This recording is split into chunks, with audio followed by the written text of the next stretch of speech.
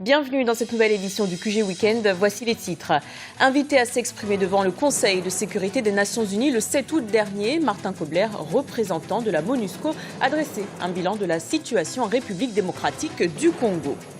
Des milliers de familles ont fui la capitale libyenne pour trouver refuge aux environs de Misrata, en cause les affrontements à l'arme lourde entre milices rivales depuis 3 semaines. Et puis, au premier semestre 2014, l'État burkinabé n'a pas atteint ses objectifs dans le recouvrement des impôts sur une prévision de plus de 300 milliards de francs CFA. Il a obtenu environ 200 milliards de francs CFA. Les Nations Unies tirent un bilan positif de leur mission en République démocratique du Congo. Face à ce succès, les autorités congolaises en appellent à la baisse de la MONUSCO déployée dans le pays, une force qui coûte plus d'1 milliard de dollars par an à l'ONU. Charles de Jouvenel. Le représentant de la mission des Nations Unies en République démocratique du Congo, la MONUSCO, Martin Kobler, s'est adressé devant le Conseil de sécurité des Nations Unies ce jeudi 7 août dans le but de faire un point sur la situation en République démocratique du Congo. Au cours de cet entretien, Martin Kobler a reconnu la responsabilité de la MONUSCO dans l'attaque qui s'est produite début juin dans la province du Sud Kivu et qui avait entraîné la mort de 33 personnes. Early warning mechanisms are in place. Still, les mécanismes d'alerte précoce sont en place. Pourtant, quand le massacre de 33 personnes s'est produit à Mutarul le 3 juin, nous avons été lents à réagir. Il est vrai que la police nationale et l'armée étaient à proximité du lieu du massacre et n'ont pas pu intervenir. La MONUSCO et ses troupes étaient simplement à 9 km de là, mais n'ont pas quitté la base. Nous devons reconnaître notre responsabilité pour n'avoir pas agi à temps.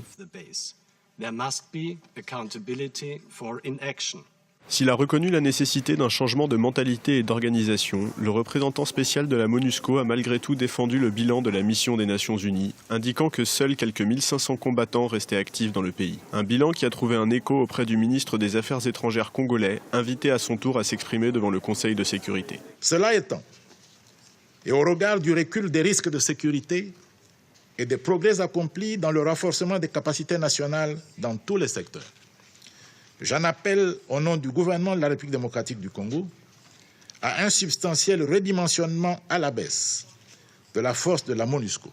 La MONUSCO, créée en 1999, coûte chaque année plus d'1 milliard de dollars aux Nations Unies. Malgré sa présence, le conflit en République démocratique du Congo aurait fait près de 4 millions de victimes ces dernières années.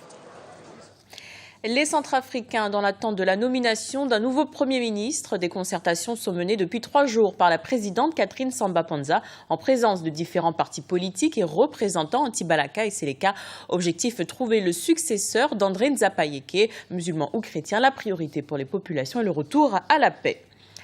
En Libye, les violences entre groupes armés ont atteint la capitale. Conséquence, plus d'1 millier de départs de Tripoli et la fermeture des ambassades occidentales. 3 ans après la chute de Mouammar Kadhafi, le gouvernement libyen et l'armée naissante n'ont pas réussi à imposer l'autorité sur les milices armées. Charles de Jouvenel. En Libye, les combats entre les milices locales ont des conséquences tragiques sur la vie de la population. Après 3 semaines, les affrontements entre les factions armées rivales ont occasionné plus de 200 victimes. Les pays occidentaux ont pour la majorité fermé leurs ambassades et des milliers de Libyens et de travailleurs étrangers fuient les zones de conflit. Ainsi, de très nombreux réfugiés, des familles pour la plupart, fuient Tripoli pour trouver refuge dans les environs de Misrata. Nous recevons les familles et dans un premier temps, nous leur fournissons une aide financière et un logement gratuit. Ensuite, nous reprenons contact avec elles pour répondre à leurs besoins. Les aéroports étant fermés, les réfugiés n'ont pas d'endroit où fuir. Ils se sont donc massés à l'entrée principale de Misrata pour inscrire leur nom sur la liste du comité de logement. Un afflux conséquent que les services concernés tentent de traiter dans la limite de leur capacité. Nous sommes entrés en contact avec environ 600 familles. Elles ont été logées dans des maisons à côté de la station balnéaire Alaman qui accueille pour sa part près de 200 familles. Il y en a encore plus qui sont logées au camp Magroup. Au total, on compte environ 1 millier de familles déplacées. 3 ans après la chute du régime de Mouammar Kadhafi, l'épisode actuel est considéré par beaucoup comme l'un des plus meurtriers que le pays ait connu depuis le soulèvement de 2011. Les violences se sont d'ailleurs déplacées dans les 2 plus grandes villes du pays, Benghazi et Tripoli, que chacun des protagonistes veut définitivement contrôler. Dans le reste de l'actualité, propagation du virus Ebola, l'Organisation mondiale de la santé décrète un état d'urgence. Selon un bilan dressé ce 6 août, 1711 cas, dont 932 décès, ont été recensés. Au Bénin, 2 patients présentant les symptômes de l'épidémie ont été identifiés et placés en quarantaine. Les analyses sont en cours. Face à cette situation, l'OMS demande donc une réponse internationale coordonnée. Recouvrement des impôts au Burkina Faso, l'État n'a pas atteint ses objectifs. Parmi les raisons évoquées par les autorités, l'incivisme fiscal et la baisse de l'activité minière. La direction des impôts entend donc mettre à jour son fichier des contribuables et des actions de sensibilisation sur le terrain. Un reportage de Wendiam Valentin Compaoré, notre correspondant sur place. Sur une prévision de recouvrement d'impôts de plus de 300 milliards de francs CFA, l'État burkinabé n'a pu encaisser qu'environ 200 milliards de francs CFA au premier semestre 2014. Une perception qui est donc en deçà des attentes. Selon la Direction générale des impôts, cette faible performance est liée à la baisse de l'activité minière, de la baisse des importations, mais aussi celle de la commande publique. À cela s'ajoute un incivisme fiscal très répandu. En effet, chez les acteurs du secteur informel, si certains réclament la baisse des taxes, d'autres prônent simplement leur suppression. Si toi tu prends 25 000, tu te débrouilles avec ça, on vient, on ramasse tout. Tu vas trouver l'argent là où encore pour recommencer à zéro. C'est cher parce que bon, moi j'avais une boutique au 1200. Et les impôts viennent, ils disent non bon. Et on mesure, on te donne un prix. Et avec le prix, on ne peut pas négocier. Pour les impôts, si on pouvait même le supprimer, cela nous arrange plus. Il y a des gens dans ce marché sur qui beaucoup de personnes comptent. Selon moi, il faut supprimer l'impôt pour que les commerçants puissent s'en sortir.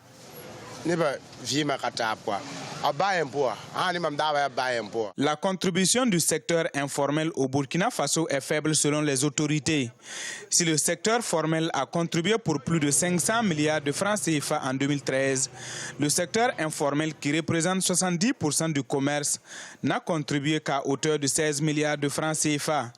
Une contre-performance qui motive la Direction générale des impôts à trouver d'autres alternatives pour mieux percevoir les taxes. Depuis 2009, sous la houlette du ministre de l'économie et des finances, il a été institué l'approche dite unité de recouvrement.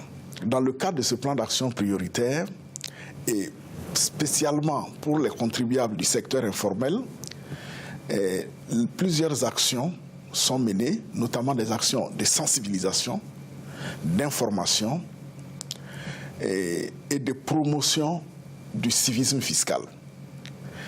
À côté donc de ces actions de sensibilisation, il y a les actions de terrain, de recensement fiscal, de contrôle de l'impôt et également des actions de recouvrement. Outre ces mesures prises pour booster la perception des impôts au Burkina Faso, le service des impôts compte renforcer le contrôle sur le terrain, mais aussi mettre à jour son fichier des contribuables. Rappelons qu'au premier semestre de 2013, le taux de recouvrement était d'environ 100%.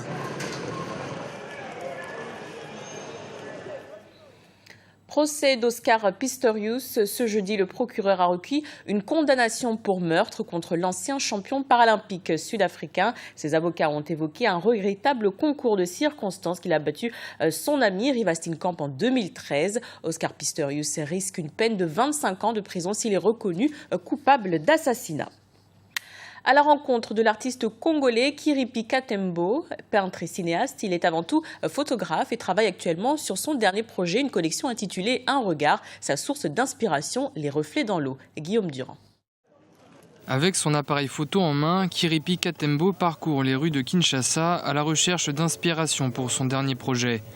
Il ne lui faut pas longtemps avant de trouver son bonheur, quelques flaques d'eau, pour illustrer sa série de photographies intitulée Un regard, avec laquelle il capture la vie quotidienne et urbaine de la capitale de la République démocratique du Congo. Mon inspiration vient de l'échange que j'ai avec le monde qui m'entoure, c'est-à-dire des amis du quartier, des femmes qui vendent du poisson, du pain, et des pousse-pousseurs. En soi, c'est vraiment l'habitant de la ville, quoi. C'est l'habitant de la ville ou d'un milieu. C'est autour de cet échange que j'arrive à respirer une forme de vie qui me pousse à photographier des situations ou des objets. Kiripi Katembo a créé le collectif Yeleban qui permet aux jeunes cinéastes et photographes du pays de venir perfectionner leurs compétences. Également peintre et cinéaste, l'artiste touche à tout. Il fait partie de cette génération de jeunes qui n'ont pas de complexe et qui se lancent à corps perdu, si j'ose dire, et avec toute leur énergie dans toute une série de projets, que ce soit des projets artistiques en photo, de la production, puisqu'il faut aussi de la production en cinéma. Vivre de son art est parfois difficile. Kiripi Katembo espère un intérêt croissant pour la photographie. Arriver déjà à exister encore, parce que dans le métier, évidemment, on arrive très vite à entrer en contact avec le marché de la photographie. Et dans ces marchés, il faut exister. C'est-à-dire, pour exister, il faut avoir des nouveaux photos.